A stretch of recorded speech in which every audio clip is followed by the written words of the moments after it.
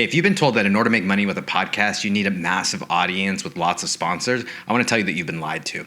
My name is Hector Santiesteban, and I've spent most of the last decade trying to figure out how to help businesses create profitable podcasts. Because the reality is just having lots of downloads and a large audience doesn't actually generate revenue.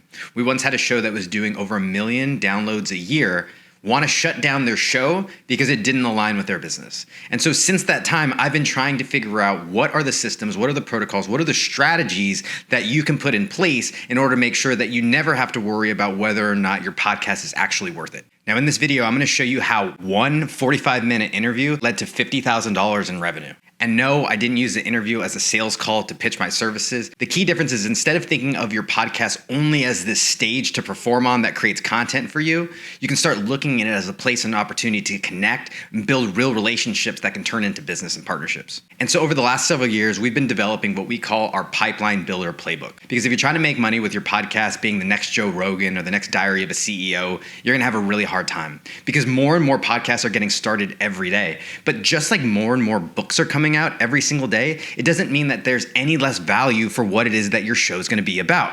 The difference is instead of trying to create mass appeal, you want to be really niched and focused and make sure that your show is exactly for who your ideal prospect is. And so when that prospect sees the show, even if they don't binge or even if they don't consume every single episode, you are positioned and you are top of mind as a service provider of choice. And so about a year ago, I interviewed someone on one of our shows. We hit it off. We had a great connection, great energy. She wasn't the right prospect. She wasn't the right type of person for my particular services, but what she did is she was a great partner. And because we had developed such a great relationship and she had such a great time on the show, both from the process and everything that happened afterwards with the deliverables and assets, she was excited to introduce us to some of her clients who eventually became one of our clients. And so that one interview led to 2 different podcasts being started, over $50,000 worth of revenue generated for my company, and perhaps hundreds of thousands of dollars in revenue generated for those companies based on the contracts that have started to come in. Now, the reason that it works is threefold. The first is we're really clear on the types of guests that we are trying to bring on. These people should be ideal prospects, ideal partners, or people that can introduce you to the people that are going to turn into clients. So don't just interview anybody. That was a mistake that I made early on in the process, but really look to see who can help create valuable connections, valuable opportunities, valuable partnerships, or who could even be an ideal client for you. The second thing that you want to have dialed in is you want to have a reason for them to come on. Your show's positioning and your show's title, your show's description, the artwork, all of that matters to entice someone to come onto your show.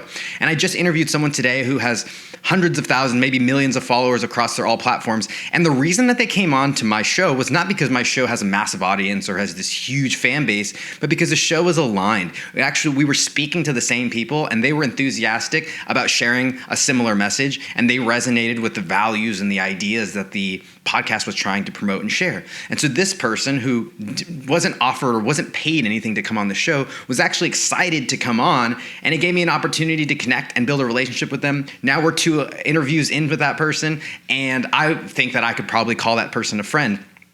And what's starting to happen here is that from these real relationships are starting to develop, real opportunities.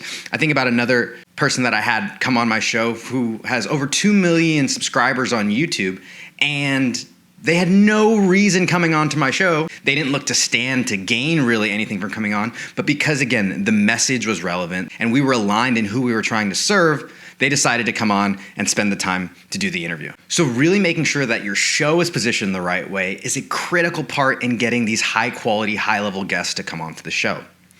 Now, once you've got that, the third step is actually what we call the interview funnel. And I want to tell you from the start that there are plenty of people out there who will send you down the wrong path and have you do things that turns away people, that feel slimy and gross. And I call it the timeshare effect, where they invite someone onto the show and the entire interview is a sales call. And the problem is that the guest doesn't feel good about that experience and it feels slimy, it feels gross, it feels weird, and they don't want to introduce you. They don't want to bring more people into that. And so it's very critical that this is done the right way. And so we'll go into a lot more detail in another video with the specifics of it. But here are the basics that are involved in it. The first is obviously the outreach. This is really critical in making sure that they understand what the show's about and you get a high percentage of people that are responding yes to you. The second part of the funnel is we actually do a quick pre-call. And this is pretty standard in the podcast space, and it usually gives the guests and the host a chance to connect before the actual interview. And so there's a little bit of rapport and there's a little bit of chemistry once the interview actually starts. But it also can provide some really valuable information to the business owner about the challenges or the solutions that person can actually provide the guest. Now, I would encourage you to put these all into your back pocket. Don't start selling right away unless the guest starts to ask, because that's our goal, is to get the guests to ask for us to start selling them. After that pre-call, that's where the actual interview recording happens. And again, there's nothing salesy yet about this process so far. You want to make sure that the guest has a great experience, have a great interview, make them look good, make them feel good, make them look like a star, ask great questions that really highlight this person so they get excited. It's also possible to ask questions that get them to start thinking and understanding that there may be some ways for you to be able to help them. So you might ask consulting-like questions that gets them to realize the pain and the challenges that they're currently in that you could eventually solve. But do a good interview. It's really critical. And this is the part where things start to change, because after they've had an incredible interview, now you're in a place to start not only offering value, but also positioning yourself as a service provider that can solve some of the challenges and the problems. The easiest way that we found to do this is to have some sort of opt-in, some sort of lead magnet that can get you to the next part of the sales process. Because at this point, you've got your foot in the door. So what is the next stage of the pipeline? What is the next stage of that process that can move them through it? You can offer things like a free training, a consulting session, a lead magnet, an email series. Any of these are opportunities to get them further down the sales process. But we're not done here, because the great thing about having a podcast is it gives you lots of opportunities to check in, to touch base, to stay top of mind without just checking in or just trying to catch up, because a lot of sales processes are built around that. Calling people, staying top of mind, checking in, how's your family, how's everything going? Okay, great, I'll talk to you in 6 months. But there's nothing really inherently valuable for the other person when you're making those phone calls. But if you can reach out to them and offer them, say, more media, or you can tag them on social media, or you can find other ways that they can benefit from the podcast, it's a great excuse to reach out. And so once again, throughout this whole thing, we're trying to get them to raise their hand and say, hey, what is it that you do? You've been talking about all this stuff. You mentioned that you do this. Tell me more about what you do. And that is the golden moment that we're looking for. Because oftentimes, if you ask the right questions, if you show enough interest, and you are positioned in the right way leading up to this, they're naturally going to want to ask about how you can serve them. And so at this point, they're in. They've raised their hand. They've said yes. They want to be sold. And so now is the opportunity for you to go into building value in your product or service, showing how you're different from the competitors, all the normal parts of the sales process. And because they raised their hand, now it's not slimy. Now it's not gross. Now we've taken away that timeshare effect, and people are excited that they came into your pipeline. They're excited that they got a chance to come onto the show. Now, a couple of important caveats to this. The follow-up is critical. We learned this early on, just thinking that having people come on, having a great interview was enough. It wasn't. People are busy, and oftentimes we've only had 2 real interactions with them, maybe 3 with an email, to really build some rapport and develop that relationship. And so if someone does not raise their hand immediately, if someone does not raise their hand right away, again, put them in the pipeline, follow up with them 3 months, 6 months later.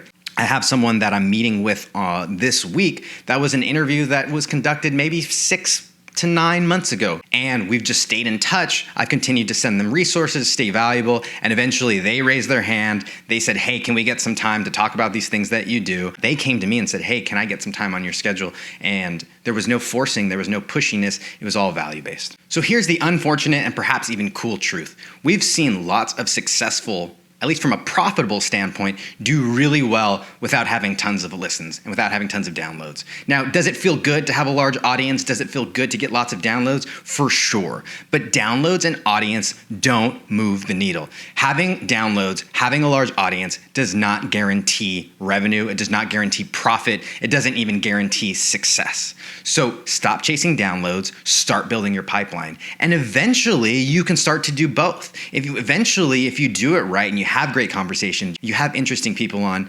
more and more listeners are going to tune in, and more listeners are going to keep coming back. And so while you're getting this started, you can use the podcast as an opportunity to create relationships, to create partnerships. And then once the audience is established, you can start selling to your audience or focusing on sponsors and monetizing that way. Hopefully this gave you some insights on how you can actually start turning your podcast into real revenue. If you have any more questions about this process or want to find out more, check the description for our checklists and our resources, and make sure you hit that subscribe button so you find out when the next video is dropping.